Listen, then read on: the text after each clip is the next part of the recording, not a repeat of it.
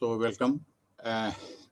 Today BPSC 132 Unit 9 എടുക്കുന്നത് BPSCയുടെ 132 അതിൽ unit 9 ആണ് എടുക്കുന്നത്. ഓക്കെ, 9 യൂണിറ്റ് 9ഉം 10ഉം എന്നെടുക്കുന്നതായിരിക്കും ആദ്യം 9. Okay, administrative thinkers BPSC 132 unit 9. എന്താണ് യൂണിറ്റ് 9? Chester Bernard. ഇത് ഓരോരോ തിങ്കേഴ്സിൻ്റെ ഓരോരോ സംഭാവനകളാണ്, മാനേജ്മെൻറ്റിന് വേണ്ടിയിട്ടുള്ള ഓരോ കൺസെപ്റ്റിന് വേണ്ടിയിട്ടുള്ള സംഭാവനകളാണ് നമ്മൾ യൂണിറ്റ് വൈസ് നമ്മൾ പഠിച്ചുകൊണ്ടിരിക്കുന്നത്.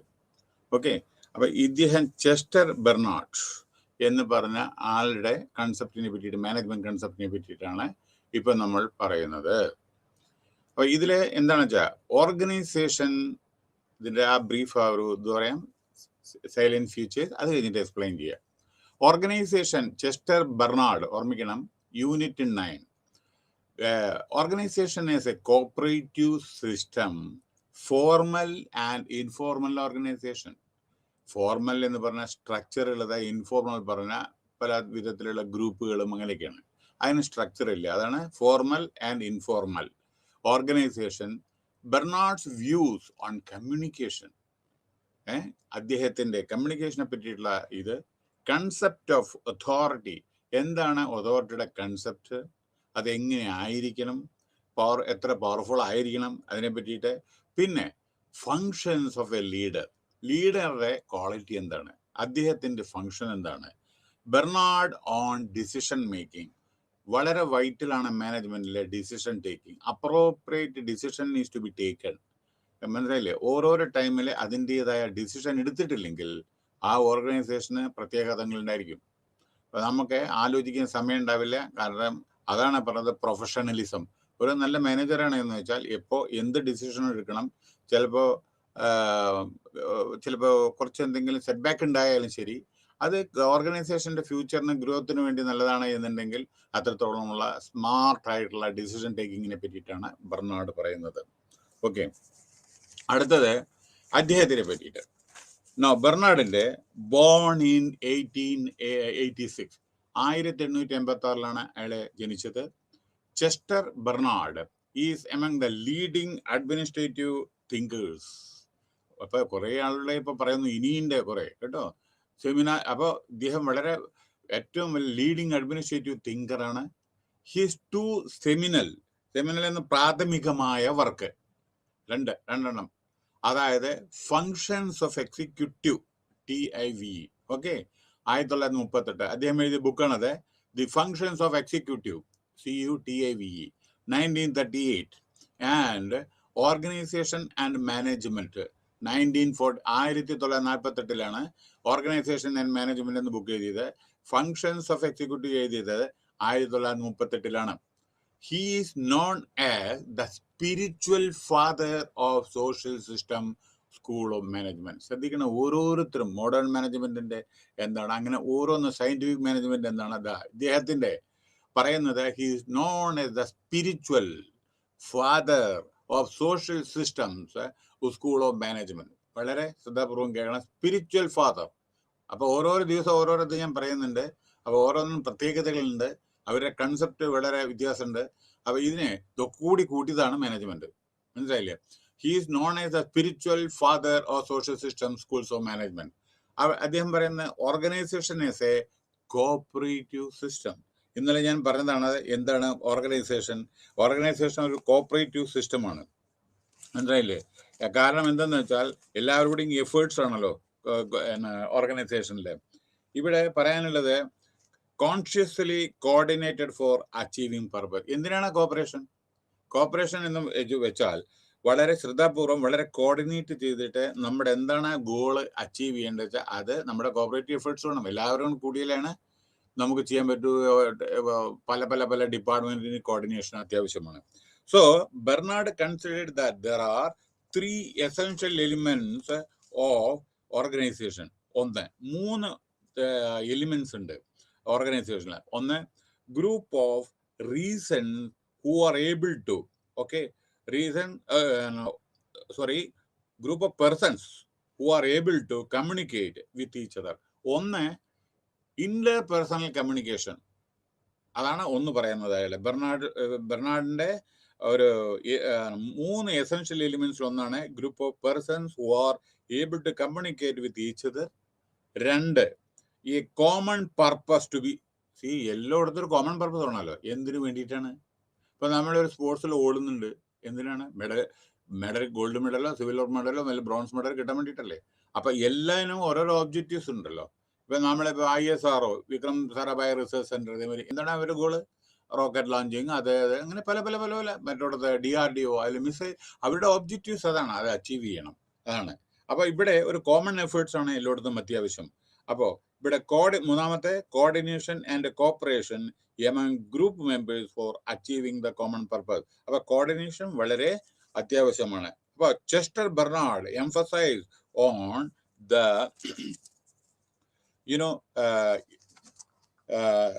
interactions between the members of members as one of the very very important basis. എല്ലാവരും പ്രാധാന്യം അറിയിക്കുന്നതാണ് ഓരോ കമ്പനിയിലെ. അപ്പൊ ഇന്ററാക്ഷൻ വളരെ പ്രോപ്പർ ആയിരിക്കണം. ഓർഗനൈസേഷന്റെ എക്സിസ്റ്റൻസിന് എല്ലാവരും അത്യാവശ്യമാണ്.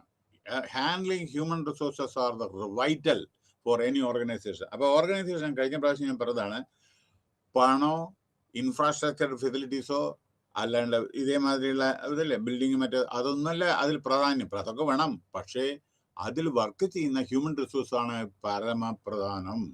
അവരെ ഹാൻഡിൽ ചെയ്യാനാണ് വളരെ ബുദ്ധിമുട്ടും. ഓരോരുത്തർക്കും ഓരോരോ സ്റ്റൈലാണ്. അവരെല്ലാവരും കോർഡിനേറ്റഡ് എഫേർട്സിലൂടെ കമ്പനിയുടെ ഒബ്ജക്റ്റീവ് അച്ചീവ് ചെയ്യാൻ വേണ്ടി നമ്മൾ പ്രവർത്തിക്കണം. അതാണ് മാനേജ്മെന്റിന്റെ കഴിവ്.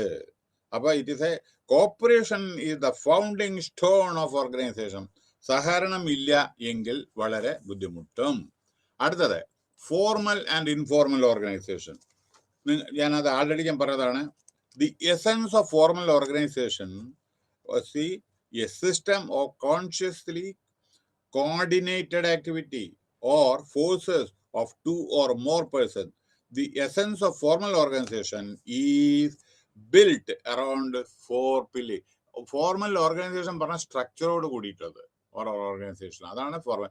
ഈ ചെയർമാൻ, മാനേജിംഗ് ഡയറക്ടർ, അത് കഴിഞ്ഞിട്ട് എക്സിക്യൂട്ടീവ് ഡയറക്ടറോ അല്ലെങ്കിൽ ജനറൽ മാനേജറോ അല്ലെങ്കിൽ സോണൽ മാനേജറോ എന്തെങ്കിലും അങ്ങനെ സ്ട്രക്ചറായിട്ട് വരുന്നില്ല, അതാണ് ഫോർമൽ. മനസ്സിലായില്ലേ? അത് ഓരോരോ വലിയ വലിയ കോർപ്പറേറ്റും എല്ലാ ഓർഗനൈസേഷൻ ഗവൺമെന്റിലും ഉണ്ട്. Chief secretary, additional secretary, principal secretary, മറ്റേ ജോയിന്റ് സെക്രട്ടറി, ഡെപ്യൂട്ടി സെക്രട്ടറി, അങ്ങനെ അണ്ടർ സെക്രട്ടറി വരുന്നില്ലേ? അങ്ങനെ അങ്ങനെ അങ്ങനെ അങ്ങനെ ഇതാണ് structure formal. No formal organisation is built around 4 key pillars. 4 പില്ലറാണ് ഫോർമൽ ഇതിൽ. ഒന്ന്, division of labour.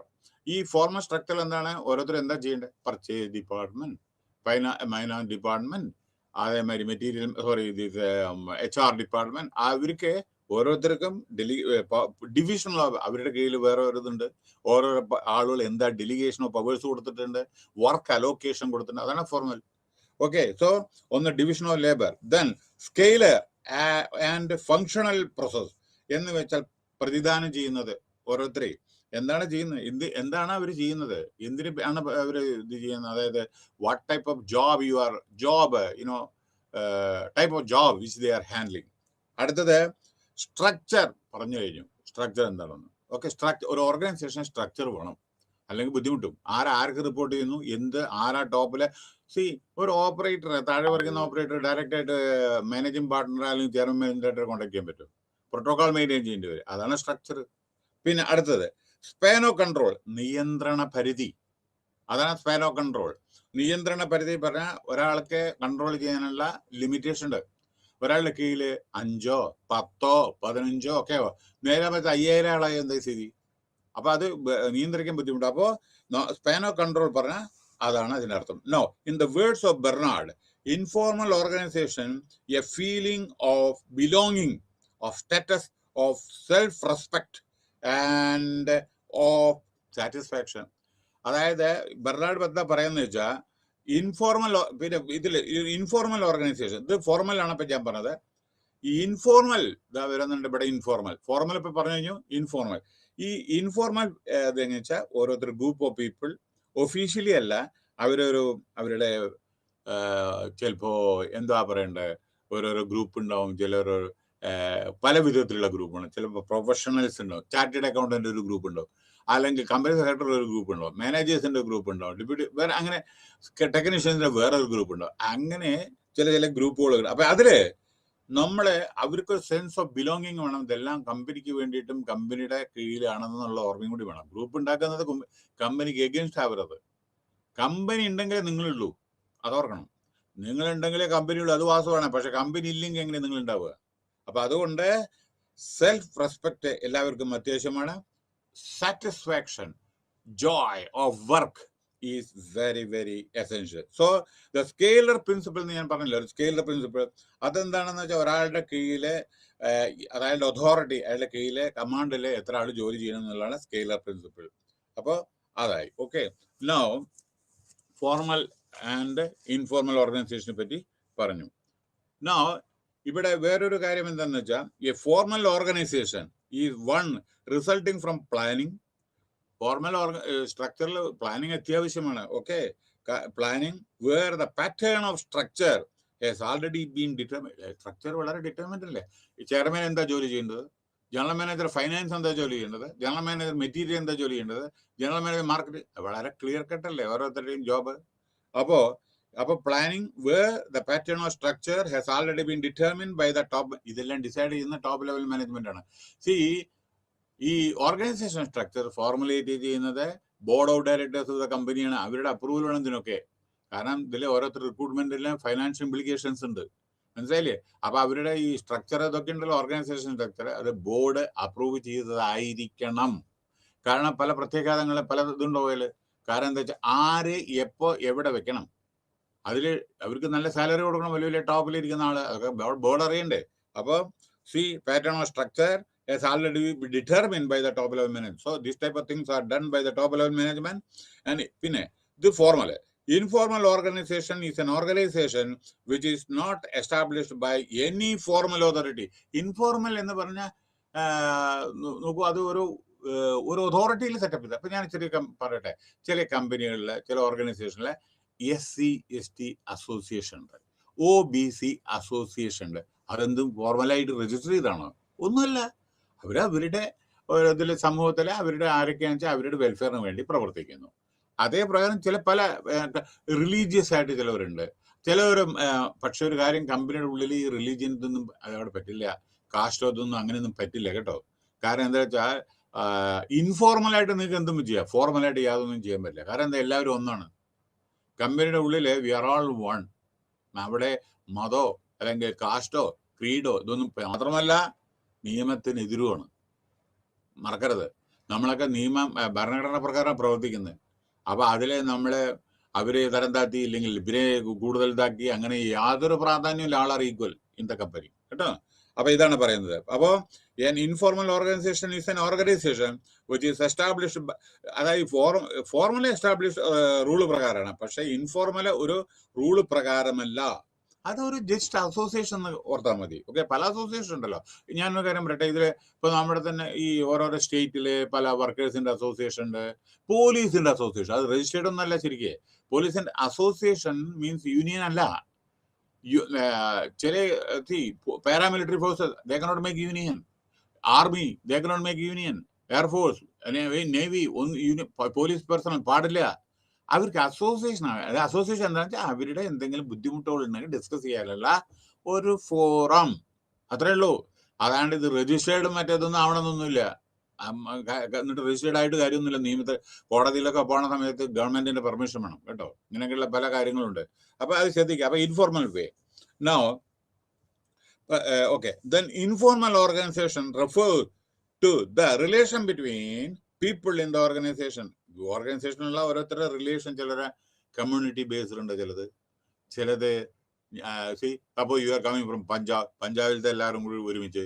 Suppose if you are coming from Uttarakhand, അവരുടെ ഒരു സംഘം. അങ്ങനെ അതൊരു ഇൻഫോർമൽ വേ, ഒരു ഗെറ്റ് ടുഗെദർ. അവരവിടുത്തെ ഒരു ഇതിന് വേണ്ടിയിട്ട് അത്രമാത്രം അവരുടെ കൾച്ചറൽ എക്സ്ചേഞ്ച് ചെയ്യാൻ വേണ്ടിയിട്ട് അത്ര ഇൻഫോർമൽ വേ ആണത് കേട്ടോ. പിന്നെ അതിന് ഓർക്കണേ, കമ്പനി ഗ്രാൻഡും മറ്റൊന്നും കൊടുക്കില്ല. അങ്ങനെ വെച്ചാൽ എല്ലായിടത്തും എല്ലാവർക്കും കൊടുക്കണ്ടേ. അവരുടെ എന്തെങ്കിലും ചെറിയ നോമിനൽ മെമ്പർഷിപ്പ് ഫീ എന്ന് എടുത്തിട്ട് അവർ പ്രവർത്തിക്കും, ഇത്ര മാത്രമേ ഉള്ളൂ. ഓക്കെ, സോ ഇവരുടെ the interaction between the people in the organization based on personal attitude, emotion, prejudices, likes, dislike. Informal organisation പറഞ്ഞാൽ അതിൽ ലൈക്ക് ഉണ്ട്, ഡിസ്ലൈക്ക് ഉണ്ട്, പ്രിജുഡൈസ് ഉണ്ട്, പേഴ്സണൽ ആറ്റിറ്റ്യൂഡ് ഉണ്ട്, എമോഷൻ ഉണ്ട്, ഇതൊക്കെ ഉണ്ട്. അടുത്തത് Barnard's views on communication. Okay, Barnard's views on communication. Now, according to Bernard, communication in the organization should have the following 7 features. ഒന്ന്, channel of communication should be definite. Communication ആർക്ക് ഓർക്കണേ, protocol maintain ചെയ്യുന്ന communication. ഞാൻ just പെട്ടെന്നൊരു എക്സാമ്പിളോട് കൂടി പറയാം. ഒരു സബ് ഇൻസ്പെക്ടർ, അയാൾക്ക് ഡയറക്റ്റായിട്ട് DGPക്ക് ലെറ്റർ അയക്കാൻ പറ്റുമോ? Sub inspector will give to CI to DSP to SP to IG, DIG അല്ല സോറി, ഇങ്ങനെ IG, അതേമാതിരി DGP, അങ്ങനെ താഴെ നിന്ന് മേപ്പെട്ട് പോകുന്നു അല്ലേ. അപ്പൊ ഇതിന്റെ പ്രോട്ടോകോൾ മെയിൻറ്റെയിൻ ചെയ്യണം. അതേമാതിരി ഗവൺമെന്റ് ഓഫീസിലും അങ്ങനെ തന്നെയാണ്. ഒരു തഹസിൽദാർക്കോ അല്ലെങ്കിൽ വില്ലേജ് ഓഫീസർക്കോ ഡയറക്റ്റ് ആയിട്ട് സെക്രട്ടറിക്ക് ലെറ്റർ അയക്കാൻ പറ്റില്ല. ഒരു വില്ലേജ് ഓഫീസർ തഹസിൽദാർക്ക് ഫോർവേഡ് ചെയ്യണം, തഹസിൽദാർ കലക്ടർക്ക് ഫോർവേഡ് ചെയ്യും, കലക്ടർ അങ്ങോട്ട് ഫോർവേഡ് ചെയ്യും. മനസ്സിലായില്ലേ? അപ്പൊ പ്രോട്ടോകോൾ മെയിൻറ്റെയിൻ ചെയ്യണം. Communication should flow properly. Then അടുത്തത്, അപ്പൊ പ്രോട്ടോകോളും നമ്മൾ മെയിൻറ്റെയിൻ ചെയ്യണം. Channels of communication should be definite. അപ്പൊ നമുക്ക് അറിഞ്ഞിരിക്കണം ആർക്ക് എങ്ങനെ അയക്കണം, ഒരാൾ ആർക്ക് അയക്കേണ്ടത് നെക്സ്റ്റ്, അത് കഴിഞ്ഞിട്ട് ആർക്കാണ് അയക്കേണ്ടത്, അത് നമ്മൾ അറിഞ്ഞിരിക്കണം. അതാണ് channel. Then everyone should know of the channels of communication. പറഞ്ഞു, everyone should have access to formal channels of എല്ലാവർക്കും അധികാരപ്പെട്ടതാണ്. പക്ഷെ അവര് ഫോർവേഡ് ചെയ്യണം. സപ്പോസ് നമ്മുടെ ഗ്രീവൻസോ അനോമലി എന്തെങ്കിലും ഉണ്ടെങ്കിൽ പ്രോപ്പർ ചാനലിലൂടെ നമ്മൾ മേപ്പെട്ട് ടോപ്പ് ലെവൽ മാനേജ്മെന്റ് അയക്കുന്നു. അല്ലെങ്കിൽ അത് സാധാരണ ഓഫീസർമാർ അപ്രൂവ് ചെയ്യും. അങ്ങനെ ആരും കുഴപ്പമൊന്നുമില്ല. ആരെയും നമ്മൾ കുറ്റം പറയണ്ടല്ലോ. അവർ ചില സജഷൻസ് കൊടുക്കും, അത് പ്രോപ്പർ ചാനൽ മുഖാന്തരം കൊടുക്കും. അടുത്ത, lines of communication should be as short and is directed as possible. വളരെ ഷോർട്ട് ആയിരിക്കണം കമ്മ്യൂണിക്കേഷൻ. കമ്മ്യൂണിക്കേഷൻ പറഞ്ഞാൽ വളരെ ഷോർട്ടായി. ഇന്ന് സമയമില്ല ആളുകൾക്ക്, ഓർക്കണം. ഡീറ്റെയിൽ ആയിട്ട്. പിന്നെ വേറൊരു കമ്മ്യൂണിക്കേഷനിൽ ഞാൻ ഓർമ്മയുള്ളപ്പോൾ ഒരു സംഗതി കൂടി പറയാം. വളരെ ബ്രീഫായിട്ടാണ് കമ്മ്യൂണിക്കേഷൻ വേണ്ടത്. All are busy, time is money. അപ്പോൾ നമ്മൾ എന്താ വേണ്ടത്? ഒരു കോംപ്രഹെൻസീവ് ഇതായിട്ട് ഒരു കൺസോളിഡേറ്റ് ആയിട്ടുള്ള കമ്മ്യൂണിക്കേഷൻ ഒക്കെ ഉണ്ട്. അല്ലാണ്ട് പണ്ട് ലോങ് ലെറ്റേഴ്സ് ഒക്കെ അയച്ചാൽ അത് വായിക്കാൻ പോലും സമയം കിട്ടില്ല. If you are writing a letter to Ratan Tata, 4 page 5 page നിങ്ങൾ ഒരു ലെറ്റർ അയച്ചു വിചാരിക്കുക രത്തൻ ടാറ്റ, കുഴപ്പമൊന്നുമില്ല, അയാൾ സ്വീകരിക്കും. അയാൾക്ക് വായിക്കാനുള്ള സമയമുണ്ടോ? അയാൾക്ക് I remember that decades ago അയാളുടെ ഒരു റിലേഷൻ ലോകസഭാ ഇലക്ഷനിൽ മത്സരിച്ചു സൗത്ത് ബോംബെയിൽ. ആ സമയത്ത് പറയണ്ടായി, അത് very decades ago when I was in Bombay. So ഞാൻ നിങ്ങളുടെ അറിവിന് വേണ്ടി പറയാണ്, ആ സമയത്ത് ഇലക്ഷൻ നിന്നപ്പോൾ എന്തിനാണ് ഈ ഇലക്ഷൻ നിൽക്കുന്നത്? കാരണം ഓഫീസിലിരുന്ന് രാവിലെ മുതൽക്ക് വൈകുന്നേരം ചെക്ക് സൈൻ ചെയ്യാൻ തുടങ്ങിയ രാവിലെ മുതൽക്ക് 9 മണിക്ക് 5 മണി വരെ സൈൻ ചെയ്ത് അവസാനിക്കില്ല. അത്ര തിരക്കുള്ള ഒരു മനുഷ്യൻ എങ്ങനെ ഇലക്ഷൻ നിങ്ങൾ ചോദിച്ചു. അപ്പോൾ ടൈം ഈസ് മണി. അതുകൊണ്ട് നമ്മുടെ കമ്മ്യൂണിക്കേഷൻ വളരെ ബ്രീഫ് ആയിരിക്കണം. ഇപ്പം നമ്മൾ ഇമെയിൽ അയക്കുമ്പോൾ long point two the point, people should understand. പിന്നെ നിങ്ങളുടെ മനസ്സിൽ കമ്മ്യൂണിക്കേഷൻ ചെയ്യുമ്പോൾ നിങ്ങൾ എന്താണെന്ന് നിങ്ങളുടെ മനസ്സിൽ ഉള്ളതെന്ന് വെച്ചാൽ അത് മറ്റൊരാൾക്ക് റിഫ്ലക്ട് ചെയ്യണം, അവർക്ക് മനസ്സിലാവണം എന്താണെന്ന്. അല്ലാണ്ട് ഏതെങ്കിലും വിധത്തിൽ ജാർഗൺ ഉപയോഗിക്കരുത്. വളരെ ക്ലാരിറ്റി വേണം കമ്മ്യൂണിക്കേഷനിൽ. അത് നിങ്ങൾക്കറിയാം, നിങ്ങളുടെ ജാർഗൺ മറ്റുള്ളവർക്ക് അറിയണമെന്നുണ്ടോ? ഇല്ലല്ലോ. അപ്പൊ അതുകൊണ്ട് ജാർഗൺ ഇതേമാതിരിയുള്ളതൊന്നും യൂസ് ചെയ്യരുത്. പിന്നെ വേറൊരു കാര്യം, നിങ്ങൾ വളരെ പണ്ഡിതനായിരിക്കാം, വളരെ നല്ല ക്വാളിഫൈഡോ അല്ലെങ്കിൽ വളരെ മിടുക്കനായിട്ട് ഒരു ലിറ്ററേച്ചറിലൊക്കെ വളരെ മിടുക്കനായിരിക്കുക. ആ ലിറ്ററേച്ചർ ഉപയോഗിച്ചിട്ട് നമ്മളിപ്പോൾ you take the example over MP Shashi Tharoor, അദ്ദേഹത്തിന് ഇംഗ്ലീഷ് കണ്ടിട്ടുണ്ടോ? അപ്പൊ അതേമാതിരി അതേ ലെവലിൽ ചിലപ്പോൾ അയച്ചു വായിച്ചാൽ മനസ്സിലാവുമല്ലോ ചിലപ്പോൾ അങ്ങനെ കിട്ടിയിട്ട്. അപ്പോ ഇവിടെ പറയുന്ന ബിസിനസ് കമ്മ്യൂണിക്കേഷൻ മീൻ സിമ്പിൾ ഇംഗ്ലീഷ്, ബ്രീഫ്, വളരെ ബ്രീഫായിട്ട്, അതായത് so that others can understand. രണ്ടാമത് നമ്മളോട് ചോദിക്കരുത് നിങ്ങൾ എന്താണ് എഴുതിയത്, എന്താ ഇതിന്റെ മീനിങ് എന്ന് ഇങ്ങോട്ട് ചോദിക്കരുത്. അതാണ് ഞാൻ പറഞ്ഞത്. പിന്നെ അപ്പോൾ കമ്മ്യൂണിക്കേഷനെ പറ്റി പറഞ്ഞു. Competence of person serving as ഈ കമ്മ്യൂണിക്കേഷൻ ഹാൻഡിൽ ചെയ്യുന്ന ആൾക്കും കഴിവുണ്ടേ കമ്മ്യൂണിക്കേഷൻ എങ്ങനെ ചെയ്യേണ്ടത്. പിന്നെ ഇന്നത്തെ കാലം വേറൊരു കാര്യം കൂടി ഞാൻ പറയാം.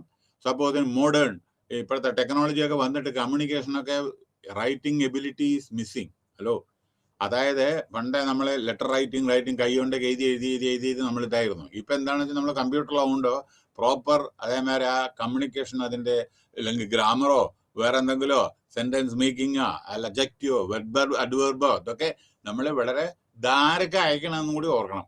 അവിടെ കിട്ടുന്ന ആളെ എങ്ങനെ ഇത് വായിക്കുന്നതും കൂടി. അപ്പൊ നിങ്ങളെ അനലൈസ് ചെയ്യും. കമ്മ്യൂണിക്കേഷൻ വളരെ ശ്രദ്ധിച്ചിട്ട് വേണം കമ്മ്യൂണിക്കേഷൻ ചെയ്യാൻ. ഒരു കമ്പനിയിൽ നിന്ന് വേറൊരു കമ്പനിക്ക് പോകുമ്പോൾ ആ കമ്പനിയുടെ റെപ്യൂട്ടേഷൻ അഫക്ട് ചെയ്യാതെ നോക്കണം. അതാണ് കമ്മ്യൂണിക്കേഷൻ. അപ്പൊ എബിലിറ്റി ടു കമ്മ്യൂണിക്കേറ്റ്. പിന്നെ അപ്പൊ നമ്മൾ usage of English, simple English. നിങ്ങൾക്ക് എത്ര കഴിവുണ്ടോ കുഴപ്പമില്ല, അതൊക്കെ വേറെ നിങ്ങൾ പുസ്തകം എഴുതുമ്പോഴൊക്കെ ഇത് ഉപയോഗിച്ചാൽ മതി.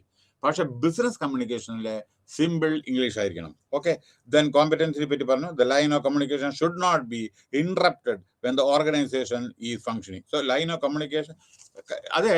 പിന്നെ ഒരു ഫോളോ അപ്പും പ്രോപ്പറായിട്ട് നമ്മൾ ചെയ്യണം. അതായത് കമ്മ്യൂണിക്കേഷനിൽ നമ്മൾ വന്ന് ചെയ്തിട്ടുണ്ടെന്ന് വിചാരിക്കുക, അത് നമ്മൾ ഒരു എന്താ പറയണ്ടേ പ്രോപ്പറായിട്ട് ഒരു ഫോളോ അപ്പും വേണം. അതാണ് ഇവിടെ പറയുന്നത്. Okay, now concept of authority. അടുത്തത് കൺസെപ്റ്റ് ഓഫ് അതോറിറ്റി അല്ലേ, കൺസെപ്റ്റ് ഓഫ് അതോറിറ്റി. അപ്പൊ ഈ കൺസെപ്റ്റ് ഓഫ് അതോറിറ്റിയിൽ പറയാനുള്ളത്, authority is a bottom up approach. താഴെ നിന്ന് മുകളിലേക്ക്. നോക്കൂ ഒരു മിനിറ്റ്.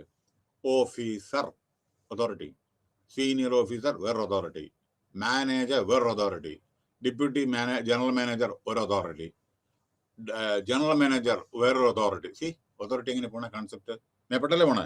അപ്പോ ഇതാണ് കൺസെപ്റ്റിന്റെ അതോറിറ്റി. ഓരോരുത്തർക്കും ഓരോ ഫംഗ്ഷൻ റെസ്പോൺസിബിലിറ്റി ഉണ്ട്. Okay, now authority is a bottom up approach. It flows from the subordinate, താഴെ നിന്ന് മുകളിലേക്ക്. അപ്പൊ കൺസെപ്റ്റ് ഓഫ് അതോറിറ്റി ആണ് ഇവിടെ നമ്മൾ പറയുന്നത്. എന്താണ് കൺസെപ്റ്റ് ഓഫ് അതോറിറ്റി?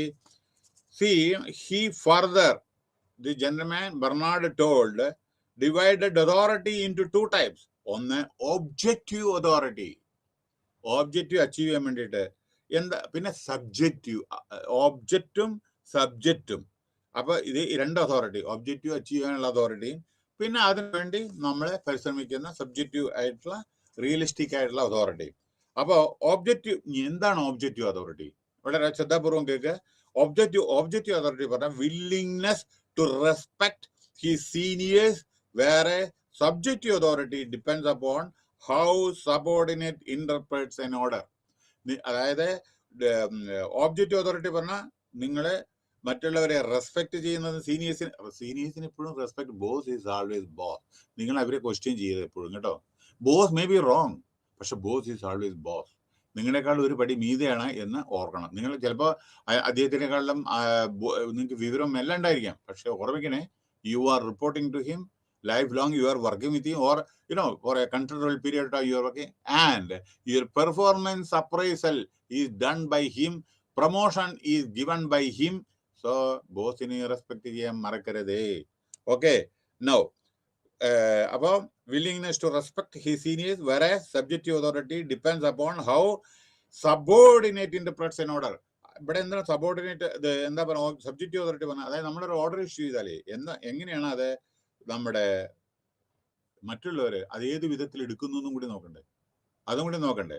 പിന്നെ ഇതാണ് ഇത്. ഇനി അപ്പോൾ ഓക്കെ, അതും കഴിഞ്ഞു. ഓക്കെ, നാം ബെർണാഡിന്റെ കഴിഞ്ഞു. ഇൻഡിഫറൻസിന്റെ functions of a leader, Barnard decision മേക്കിങ്ങിനെ പറ്റിയിട്ട് അത് നമുക്ക് പറയാം. ഓക്കെ, ഇനി വേറൊരു പോയിന്റ് പറയാനുള്ളത്, Barnard contribution satisfaction equilibrium. Contribution satisfaction നമ്മളെ കൺസെപ്റ്റ് അതോറിറ്റി പറഞ്ഞു. കോൺട്രിബ്യൂഷൻ സാറ്റിസ്ഫാക്ഷൻ ഈക്വിലിബ്രത്തിനെ പറ്റിയിട്ട് പറയുന്നത്, Barnard has classified the incentives that a man seeks for his contribution to the organization into two major heading. അതായത് ആളുകൾ ജോലി ചെയ്താൽ പല ഇൻസെന്റീവ് പ്രതീക്ഷിക്കുന്നില്ലേ, ജോലി ചെയ്താൽ ബോണസ് പ്രതീക്ഷിക്കുന്നില്ലേ, സാലറി പ്രതീക്ഷിക്കുന്നില്ലേ, ഓവർ ടൈം പ്രതീക്ഷിക്കുന്നില്ലേ. അപ്പൊ അദ്ദേഹം രണ്ട് വിധത്തിലുള്ള മേജർ ഹെഡിങ്സ് ഇൻസെന്റീവ് എന്താണ് ജനങ്ങൾ പ്രതീക്ഷിക്കുന്നത്. ഒന്ന് സ്പെസിഫിക് ഇൻസെന്റീവ്, രണ്ട് ജനറൽ. സ്പെസിഫിക് ആയിട്ട് ഒരാൾ കൂടുതൽ പ്രൊഡക്ടിവിറ്റി കൂടുതൽ വിചാരിക്കുക, അപ്പൊ അയാൾക്ക് കൂടുതൽ കിട്ടില്ലോ. പിന്നെ ജനറൽ ആയിട്ട് കിട്ടുന്നത് അതായത് ബോണസ്. നോക്കൂ, ഒരു ഉദാഹരണമാണ് അതൊക്കെ ഉദാഹരണമാണ്. സി 8.33 എല്ലാവർക്കും കൊടുത്തേ പറ്റൂ. 20 മീത ആളുകൾ വർക്ക് ചെയ്യുന്നുണ്ടെന്നുണ്ടെങ്കിൽ 8.33 ബോണസ് കൊടുക്കണം. അപ്പൊ അത് ജനറലാണ് ഇൻസെന്റീവ്, മനസ്സിലായില്ലേ? Specific incentive productivity linked bonus. എത്ര പ്രൊഡക്ഷൻ ഉണ്ടോ കൂടുതൽ നിങ്ങൾ പ്രൊഡ്യൂസ് ചെയ്താൽ നിങ്ങൾക്ക് കൂടുതൽ കിട്ടും, അതാണ് സ്പെസിഫിക്. ഇനി 4 സ്പെസിഫിക് ഇൻസെന്റീവ്സ്. ഒന്ന്, national inducement. One more thing which I want to communicate. ഇത് ഞാൻ പറഞ്ഞു തരുന്നത് ശ്രദ്ധിക്കണേ, വളരെ ഷോർട്ടസ്റ്റ് ആയിട്ടുള്ള കാര്യങ്ങളാണ്. പുസ്തകത്തില് നിങ്ങൾ വായിച്ചേ പറ്റൂ. കാരണം എന്താന്ന് വെച്ചാൽ within 1 hour we to cover 1 or 2 units. അപ്പൊ നമ്മൾ ഇമ്പോർട്ടൻറ്റ് പോയിന്റ്സ് മാത്രമാണ് പറയുന്നത്. ഇത് എല്ലാം ഫുൾ യൂണിറ്റില് ഇതിലും കുറച്ചും കൂടി വിശദീകരിച്ച് പറഞ്ഞിട്ടുണ്ട്. പക്ഷെ ഇമ്പോർട്ടൻ്റ് ആയിട്ടുള്ള ഹെഡിങ് ആണ് ഞാൻ പറയുന്നത്. അതിന്റെ അർത്ഥം ഇത് മാത്രം മനസ്സിലാക്കിയാൽ പോരാ. Reading is very very essential. Course material, നമ്മുടെ കോഴ്സ് മെറ്റീരിയൽ വളരെ നല്ല വളരെ റിനൗണ്ട് പേഴ്സണാലിറ്റീസ് ഡിസൈൻ ചെയ്താണ്. വളരെ അപ്ഡേറ്റഡ് വെർഷൻ ആണ്. പുസ്തകം വായിക്കണം. അത് എക്സാമിനേഷന്റെ തലേ ദിവസം മാത്രം വായിച്ചാൽ പോരാ, മനസ്സിലാവില്ല. കാരണം എന്താണെന്ന് വെച്ചാൽ നല്ല മെറ്റീരിയലാണ് നമ്മുടെ ഇഗ്നുവിന്റെ. അതുകൊണ്ട് വായിക്കുക, സമയം കിട്ടുമ്പോൾ വായിക്കുക. പിന്നെ എനിക്ക് സമയം കിട്ടിയില്ല അല്ലെങ്കിൽ ഞാൻ ജോലി ചെയ്യണം, അതൊക്കെ ശരി തന്നെ. കാരണം നമ്മൾ സമയത്തിന് വേണ്ടി കാത്തിരിക്കണം, ഓപ്പർച്യൂണിറ്റിക്ക് വേണ്ടി കാത്തിരിക്കണം. ഓപ്പർച്യൂണിറ്റി നിങ്ങൾക്ക് വേണ്ടി കാത്തിരിക്കില്ല. അതുകൊണ്ട് you to focus on your studies, you do your work. In between, you also try to read or upgrading your qualification so that നിങ്ങളെ ഫ്യൂച്ചറിൽ നിങ്ങൾക്ക് നന്നായിട്ട് ഓരോരോ പൊസിഷൻ ഹാൻഡിൽ ചെയ്യാൻ പറ്റും. Okay, so national inducement, money or physical. National inducement 4 specific incentive. പൈസ, physical ആയിട്ട് things, ഇതൊക്കെയാണ് മെറ്റീരിയൽ ഇൻസെന്റീവ്. എന്താ ഈ പൈസ? പിന്നെ നിങ്ങൾക്ക് ഈ ബോണസിന് ചിലപ്പോൾ ഇത് കൊടുക്കുന്നുണ്ട്. പണ്ട് കബ്ബോർഡ്, TV, അതേമാതിരി ടേപ്പ് റിക്കാർഡർ, പട്ട് അങ്ങനെ ഓരോ മെറ്റീരിയൽ കൊടുക്കുന്നുണ്ട്. അപ്പൊ അത് നിങ്ങൾ ഹാപ്പിയാണ്. എനിക്ക് ദീപാവലിക്ക് ഇത് കിട്ടി, അല്ലെങ്കിൽ ഓണത്തിന് ഈ ഗിഫ്റ്റ് കിട്ടി എന്ന് പറയുന്നില്ലേ. അപ്പൊ അതിൽ നിങ്ങൾ സാറ്റിസ്ഫാക്ഷൻ ആയിരിക്കും. അതൊരു ഇൻസെന്റീവ് ആണ്. പിന്നെ കമ്പനി കൊടുക്കുന്ന ഒരു ഇൻസെന്റീവ് ആണ്. സ്വീറ്റ്സ് കൊടുക്കുന്നുണ്ട് ദീപാവലിക്ക്, അതൊരു ഇൻസെന്റീവ് ആണ്. അവര് മോട്ടിവേറ്റ് ചെയ്യണം. എന്നറിയാം, we are one. പക്ഷെ ഒരു കാര്യം, എന്ത് കൊടുക്കുന്നോ കമ്പനിയില് അത് എല്ലാവർക്കും ഒരേ മാതിരി കൊടുക്കണം, മറക്കരുത്. ടോപ്പ് ടു ബോട്ടം ഒരേ ഗിഫ്റ്റ് കൊടുക്കണം. അതിൽ യാതൊരു ഡിസ്പാരിറ്റിയും കാണിക്കരുത്. Okay, next, non material inducement. പറഞ്ഞാൽ എന്താണ് നോൺ മെറ്റീരിയൽ ഇൻഡ്യൂസ്മെന്റ്? അതായത് നിങ്ങളെ മോട്ടിവേറ്റ് ചെയ്യുക. റെക്കഗ്നിഷൻ, അയ്യോ ഒരു നല്ല ജോലി ചെയ്താൽ നിങ്ങളെ very good, you are done good. അല്ലെങ്കിൽ നിങ്ങൾക്ക് എന്തെങ്കിലും അവാർഡ് തരിക, സർട്ടിഫിക്കറ്റ് തരിക, നിങ്ങളെ അപ്രീഷിയേറ്റ് ചെയ്യാൻ നിങ്ങളുടെ പറയുക. അതാണ് no material inducement. No desirable physical condition over desirable physical. നിങ്ങളുടെ വർക്ക് എൻവയോൺമെന്റ് അത് നല്ലതാണ് വിചാരിക്കുക, പീപ്പിൾ വിൽ ബി ഹാപ്പി. അതായത് ജോലി ചെയ്യാൻ നിങ്ങൾക്ക് അവിടെ പോകാൻ തന്നെ മനസ്സില്ല, അയ്യോ ഒന്ന് ഓഫീസിൽ പോകണല്ലോ എന്ന് അങ്ങനെ തോന്നരുത്. ഓഫീസ് ഒരു ടെമ്പിളായിട്ട്, ക്ഷേത്രമായിട്ട് കാണാം. കാരണം അവിടെയാണ് നിങ്ങൾക്ക് ശമ്പളം കിട്ടുന്നത്. ശമ്പളം കിട്ടിയോണ്ട് നിങ്ങൾ ജീവിക്കുന്നത്, നിങ്ങളുടെ എല്ലാ ഫാമിലി മെമ്പേഴ്സ്. അപ്പൊ അത് ശ്രദ്ധിക്കുക. അപ്പൊ ഇവിടെ എന്താണ് പറയുന്നത്? Desirable physical condition, working environment. Next, ideal benefit, that is പരോപകാരി. അതായത് ഇവിടെ എന്താണെന്ന് അറിയോ, നമ്മളെപ്പോഴും പരസ്പര സഹായം. ഇല്ലാത്തവനുള്ളവനൊക്കെ ഉണ്ടല്ലോ, ആ ഉള്ളവൻ ഇല്ലാത്തവന് കൊടുക്കുക. അതൊക്കെ ചില സമയത്ത് നമുക്ക് ആവശ്യമാണ്. ഒരു കാര്യം നോക്കണം, നമ്മൾക്ക് ജീവിക്കാനുള്ളത് മാത്രമേ നമ്മൾ സമ്പാദിക്കേണ്ട ആവശ്യമുള്ളൂ. ചില സമയത്ത് നാളെ എന്താ സംഭവിക്കുക നമുക്കറിയില്ല. ഞാൻ എന്താ പറയുന്നത്, നമ്മളെ ഓവർ അംബീഷ്യസ് ആവരുത്. കാരണം നമ്മൾ ഇതേമാതിരി ചെയ്തിട്ടുണ്ടെങ്കിൽ ചിലപ്പോൾ അത് അനുഭവിക്കാനുള്ള യോഗം നമുക്ക് ഉണ്ടാവില്ല. വർക്ക് ചെയ്യുന്നത് നമ്മളെ എപ്പോൾ ജോലി അത് സാറ്റിസ്ഫാക്ഷനോട് കൂടി വളരെ തൃപ്തികരമായിട്ട് നമ്മൾ ജീവിക്കണം. മറ്റുള്ളവർ ജീവിക്കാനും ആദരവിക്കണം. നമ്മളെ സാധിക്കുന്ന എക്സസ് എന്തെങ്കിലും വരുന്നുണ്ട് എന്നുണ്ടെങ്കിൽ മറ്റുള്ളവരെ സഹായിക്കാൻ എന്തെങ്കിലും പറ്റുന്നുണ്ടെങ്കിൽ അവരെയും സഹായിക്കുക. അതാണ് നിങ്ങളിൽ നിന്ന് ഒരു സൊസൈറ്റി പ്രതീക്ഷിക്കുന്നത്. ഓക്കെ, പിന്നെ ഐഡിയൽ ബെനിഫിഷ്യൽ. പിന്നെ ഏറ്റവും പരമപ്രധാനമായ വേറൊരു ഘടകം പെട്രിയോട്ടിസം, രാജ്യസ്നേഹം. ഒരു ഇതുമില്ല അതിൽ. അതൊരു എന്താ പറയണ്ടേ, എന്തിനാ ഏതിനാന്ന് ചോദിക്കരുത്, രാജ്യസ്നേഹം. അതാണ് മനുഷ്യൻ. അതായത് അതില് നമ്മളെ ഓരോ പൗരനും നമ്മൾ പ്രവർത്തിക്കേണ്ടത് രാജ്യപുരോഗതിക്ക് വേണ്ടിയിട്ടാണ്. മനസ്സിലായേ? ആദ്യം നമ്മൾ നന്നാവുക, അത് കഴിഞ്ഞ് നമ്മുടെ സംസ്ഥാനത്തിന് നന്നാക്കുക, അത് കഴിഞ്ഞ് നമ്മുടെ രാജ്യം ഓട്ടോമാറ്റിക് നന്നാവും. അപ്പൊ നമുക്ക് എന്തെല്ലാം കോൺട്രിബ്യൂട്ട് ചെയ്യാൻ പറ്റും? ഓർമ്മിക്കണേ, ഒരു ചെറിയ ഒരാൾക്ക് എന്തെല്ലാം കാര്യങ്ങൾ ചെയ്യാൻ പറ്റും. മറക്കരുത്, നമ്മുടെ ഡോക്ടർ അബ്ദുൽ കലാം ഒക്കെ എന്തായിരുന്നു ഇവരുടെ ബാക്ക്ഗ്രൗണ്ട് ഒക്കെ, ഫിഷർമാൻ കമ്മ്യൂണിറ്റി ജനിച്ച ആളാണ് അദ്ദേഹം. അവസാനം എവിടെ എത്തി? പ്രസിഡന്റ് ഓഫ് ഇന്ത്യയിൽ. എന്നല്ലേ, ഹാർഡ് വർക്ക്, ലോകപ്രസിദ്ധനായ മനുഷ്യൻ, good teacher, eminent writer, very good president ആയുള്ള സമയത്ത് അത് വളരെ വളരെ വളരെ നന്നായി ശോഭിച്ച ഒരാള്, കുട്ടികളുടെ പ്രിയ പ്രസിഡന്റ്. അങ്ങനെ അപ്പൊ ഓരോരുത്തരുടെ ഇതുണ്ടല്ലോ, ഓരോരുത്തരുടെ ആ സിഗ്നിഫിക്കൻസ്, അത് നമ്മളെ, അപ്പൊ അത് അവരുടെ കോൺട്രിബ്യൂഷൻ നമ്മുടെ രാജ്യത്തിന്റെ. ഞാൻ കൂടുതൽ എനിക്ക് പറയാൻ സമയമില്ലാത്തതുകൊണ്ട് അബ്ദുൽ കലാമിന്റെ, of course I was there in DRDO. ഞാൻ കൂടുതൽ പറയുന്നില്ല, കാരണം I can tell many things. When he was the chief of DRDO, I was also head of the department there in Hyderabad. I can tell many things. It is he is really a role model. എന്താണ് role model? Simple living, high thinking. Simple living, high thinking. വളരെ വളരെ simple ആയിട്ടുള്ള മനുഷ്യൻ. Okay, അപ്പൊ അത് കാരണം എത്രയോ high ലെവലിൽ ഇരിക്കുന്ന ആളുകളും, നിങ്ങൾക്കറിയാലോ, ഭാരതരത്ന എല്ലാം കിട്ടിയ ആളാണ്, പ്രസിഡന്റൊക്കെ ആണ്. പക്ഷെ എങ്കിലും വളരെ സിമ്പിൾ. കൂടുതൽ ഞാൻ പറയാൻ ആഗ്രഹിക്കുന്നില്ല. I can tell many things. I have seen many time. ഒരു ചെറിയ എന്താ പറയണ്ട, ഒരു ജോഡി ചപ്പലും 2 ഷർട്ടും 2 പാൻറ്റും മാത്രമുള്ള, even I use to see in Chandigarh. Work ചെയ്യുന്ന സമയത്ത് അവിടെ അദ്ദേഹം ആ സമയത്ത് സീനിയർ ലെവലിൽ അത് മറ്റേ സയന്റിഫിക് അഡ്വൈസർ ആയിട്ടില്ല. അതിന് മുമ്പേ പല സയന്റിഫിക് ഇൻസ്റ്റിറ്റ്യൂഷൻസ് വിസിറ്റ് ചെയ്ത സമയത്ത് ഞാൻ കണ്ടിട്ടുണ്ട്. വളരെ സിമ്പിൾ ആയിട്ടുള്ള ഒരു മഹാനായ മനുഷ്യൻ. അതൊക്കെയാണ്. അപ്പൊ അതിൽ നിന്ന് എന്താ നമ്മൾ പഠിക്കുന്നത്? Simple living, high thinking. മനസ്സിലായില്ലേ? ഇതാണ്. പിന്നെ നൗ അടുത്തത്, എന്താണ് ഒരു leader? Functions of a leader. Functions of maintenance, അതായത് ഒരു ലീഡറുടെ ഫങ്ഷൻ. Maintenance of communication. ഒരു ലീഡർ എന്ന് പറഞ്ഞാൽ നിങ്ങൾ കമ്മ്യൂണിക്കേഷൻ വളരെ നന്നായിട്ട് ഫ്ലോ ചെയ്യണം. പിന്നെ വേറൊന്ന്, securing essential service from the individual. നിങ്ങളുടെ താഴെ വർക്ക് ചെയ്യുന്ന ആളുകളിൽ നിന്നും വർക്ക് എടുക്കേണ്ട ചുമതലയും കൂടി ഒരു ലീഡർക്ക് ഉണ്ട്. അല്ലെങ്കിൽ ഈ leader will be responsible for that. അല്ലേ? ഒരു ആർമിയിലെ ഒരു കമാൻഡർ ഉണ്ട് വിചാരിക്കുക, താഴെയുള്ള സോൾജേഴ്സ് വർക്ക് ചെയ്തില്ലെങ്കിൽ എന്തായിരിക്കും കമാൻഡർ എന്താ ചെയ്യുക? ഷൂട്ട് എന്ന് പറഞ്ഞാൽ ഷൂട്ട് ചെയ്യണ്ടേ? അപ്പൊ അവർ ലീഡറാണ് ലീഡ് ചെയ്യുന്നത്. മനസ്സിലായില്ലേ? അപ്പോൾ ഫങ്ഷൻസ് ഓഫ് എ ലീഡർ, ഈ ക്വാളിറ്റി വളരെ നല്ലതായിരിക്കണം. നല്ല എഫിഷ്യൻസി അദ്ദേഹത്തിന് അത്യാവശ്യമാണ്. പിന്നെ ഫോർമുലേഷൻ ഓഫ് ഓർഗനൈസേഷണൽ പർപ്പസ്. ഓർഗനൈസേഷന്റെ പർപ്പസിന് വേണ്ടിയിട്ടായിരിക്കണം അത്. പിന്നെ ഇനി ഒന്നും കൂടി ഉണ്ട്, ബെർണാഡ് ഓൺ ഡിസിഷൻ മേക്കിംഗ്.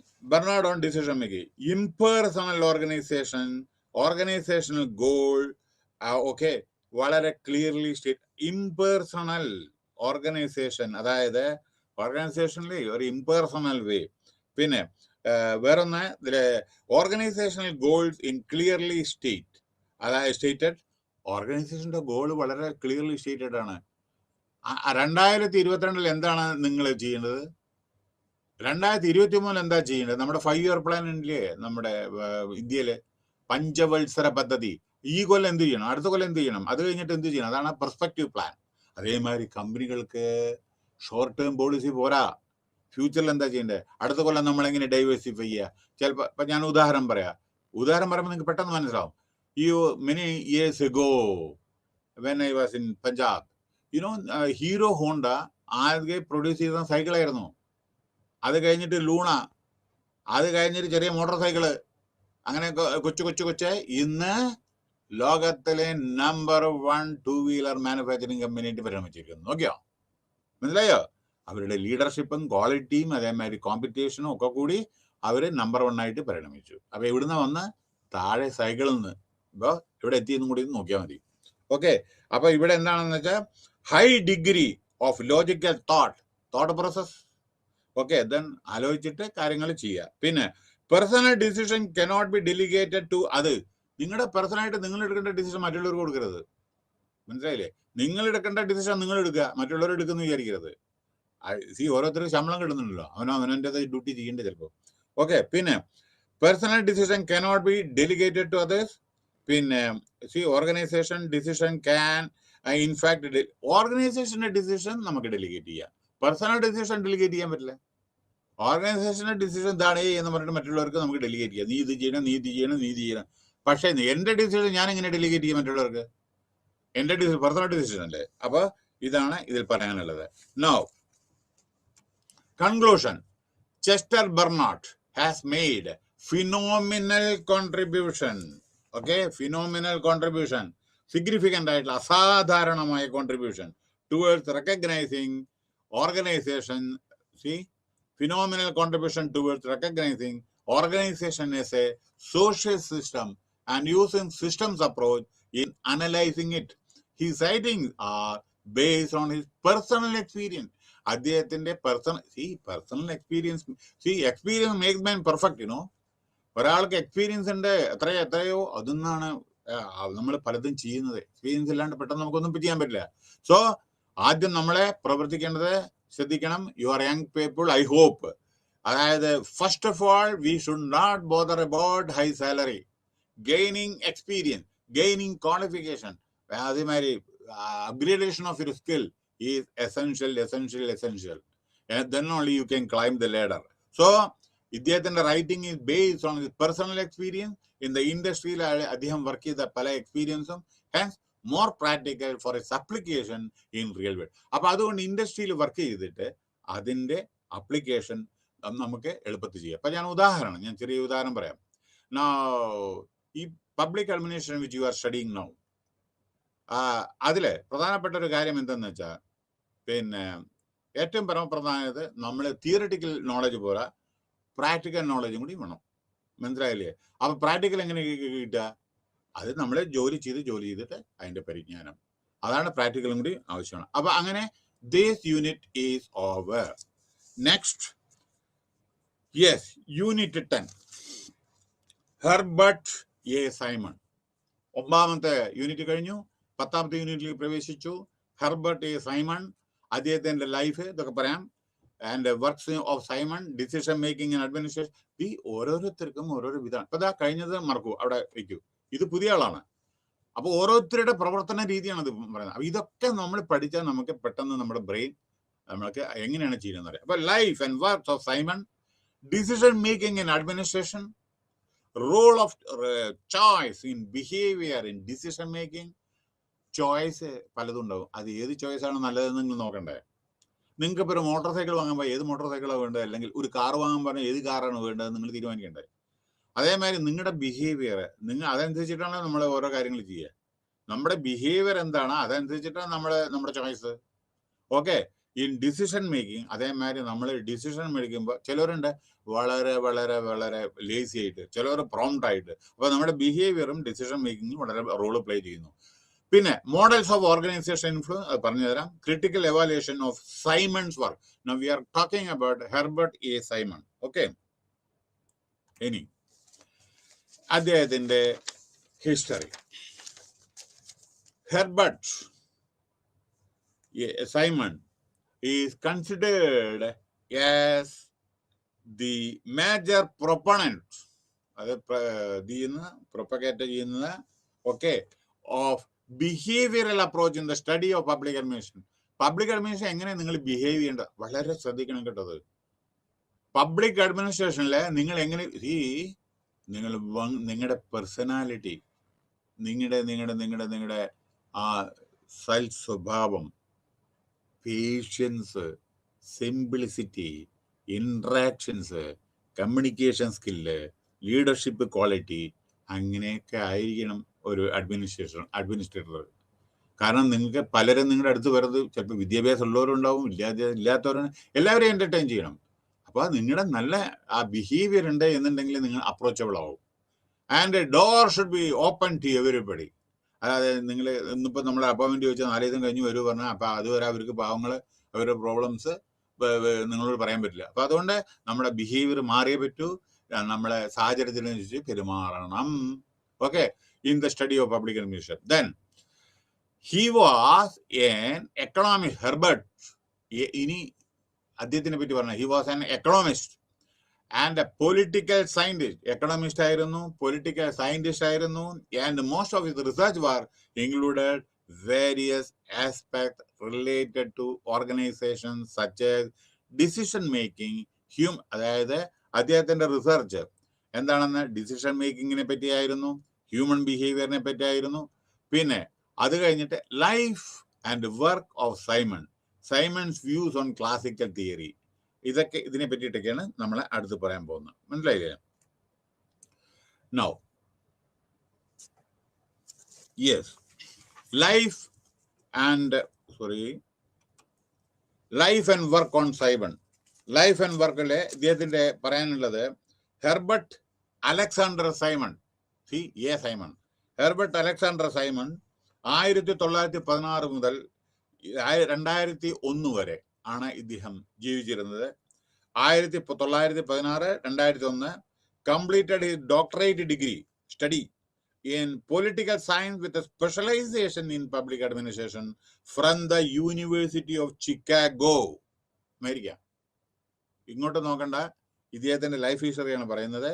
1916 ജനിച്ചു, 2001 വരെ അയാൾ ഉണ്ടായിരുന്നത്, 2001 മരിച്ചു. അദ്ദേഹത്തിന്റെ ഡോക്ടറേറ്റ് PhD ആണ്, political science, specialization public administration from the University of Chicago, USA. പിന്നെ അനവധി ബുക്ക് പബ്ലിഷ് ചെയ്തിട്ടുണ്ട്. അദ്ദേഹത്തിന്റെ വളരെ പ്രധാനപ്പെട്ട വിഷയം economics, public administration, management, political science, psychology, computer science, problem solving, complex systems, artificial intelligence, ഇതൊക്കെ ആയിരുന്നു. അങ്ങനെ 1970 ഹെർബർട്ട് എ സൈമൺ അദ്ദേഹത്തിന് നോബൽ പ്രൈസ് കിട്ടി ഇൻ എക്കണോമിക്സ്. ശ്രദ്ധിക്കുക, 1970 Simon received the Nobel prize in economics for his research work on decision making process in economic organisation. അപ്പൊ Nobel prize വിന്നറാണ് decision making process in major economic organisation. ഇദ്ദേഹത്തിന്റെ ബുക്കുകൾ ശ്രദ്ധിക്കുക. ഒന്ന്, administrative behaviour എന്ന് പറഞ്ഞ book, ഇനി പറയുന്ന അയാളുടെ ബുക്കാണ്.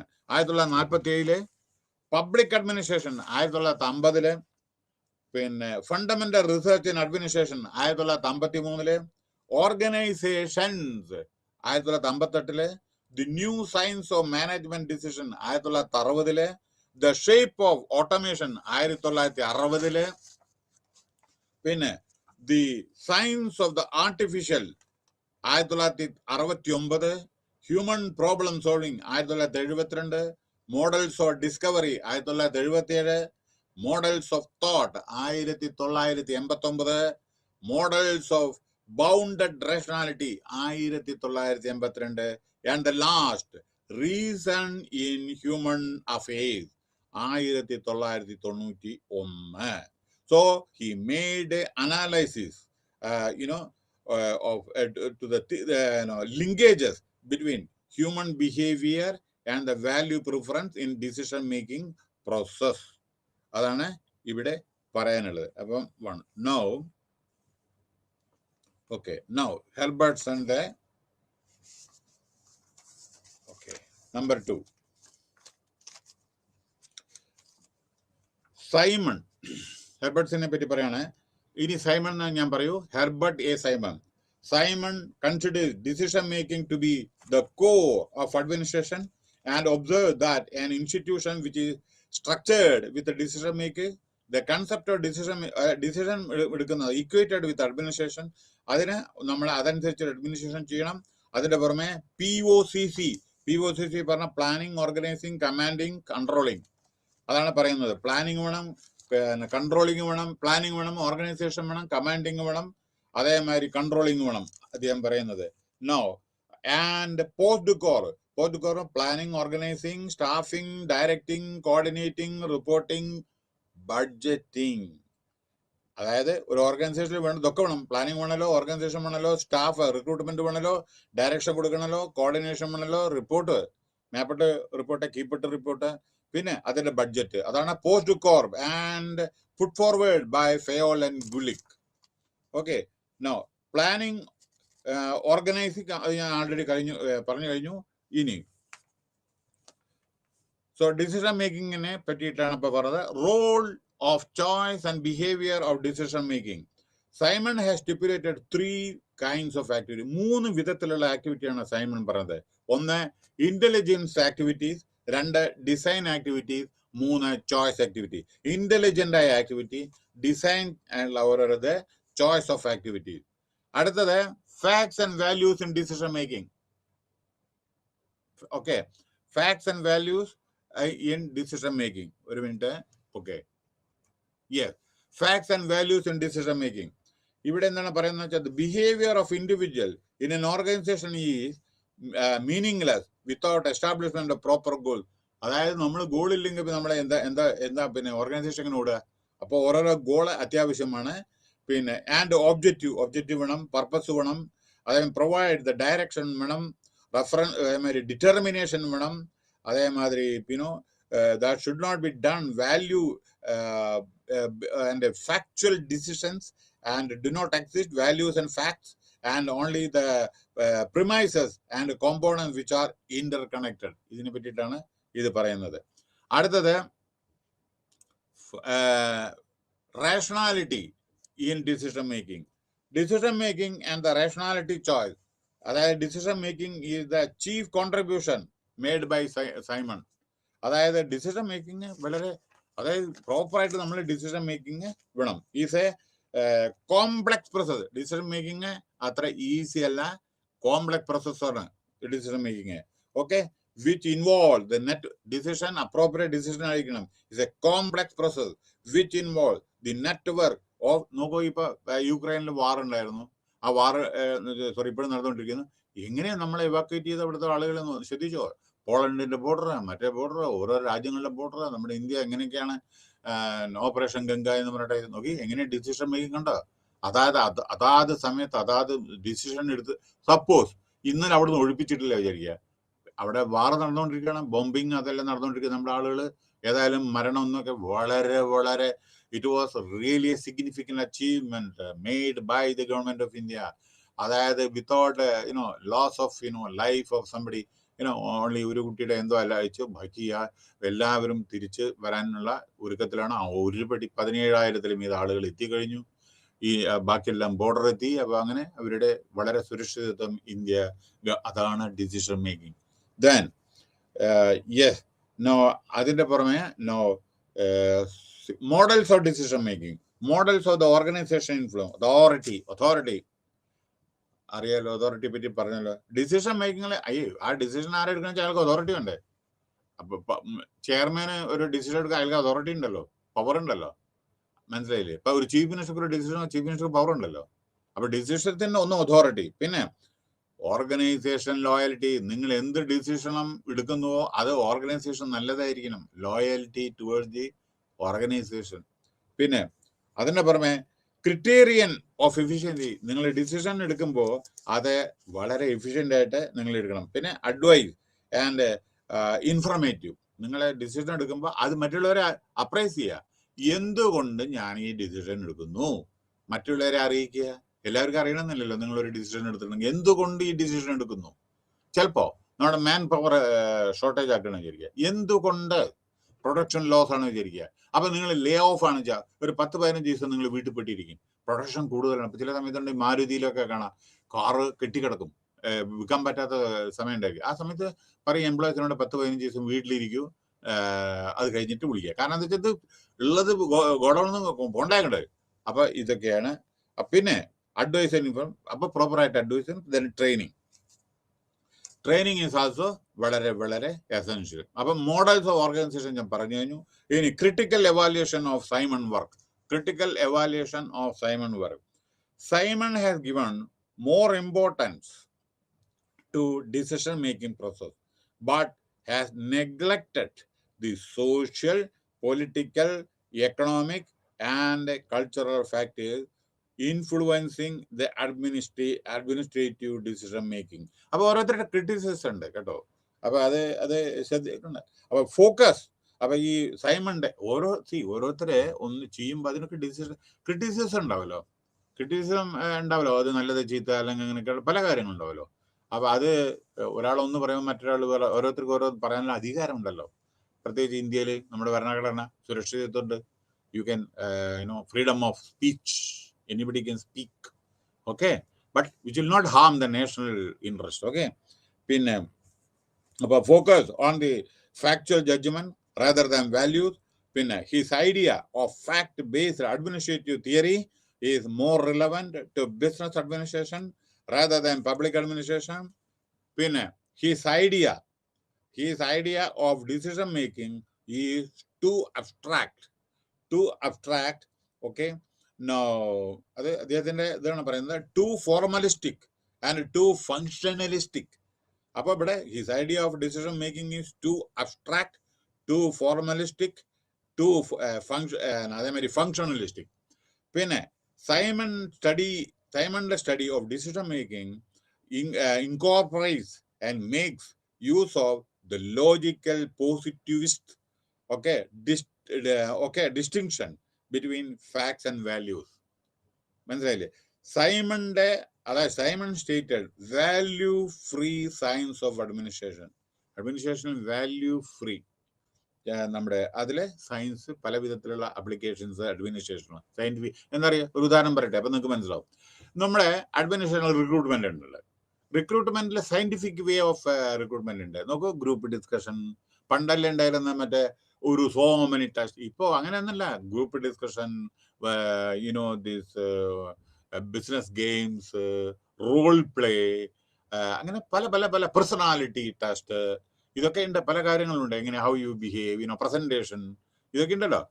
അപ്പൊ സയന്റിഫിക് വേ ആണ് ഇതെല്ലാം ചെയ്യുന്നത്. പിന്നെ Simon stated free. Okay, Simon insist on rationalists has not recognized the role of intuition and tradition and faith in decision making.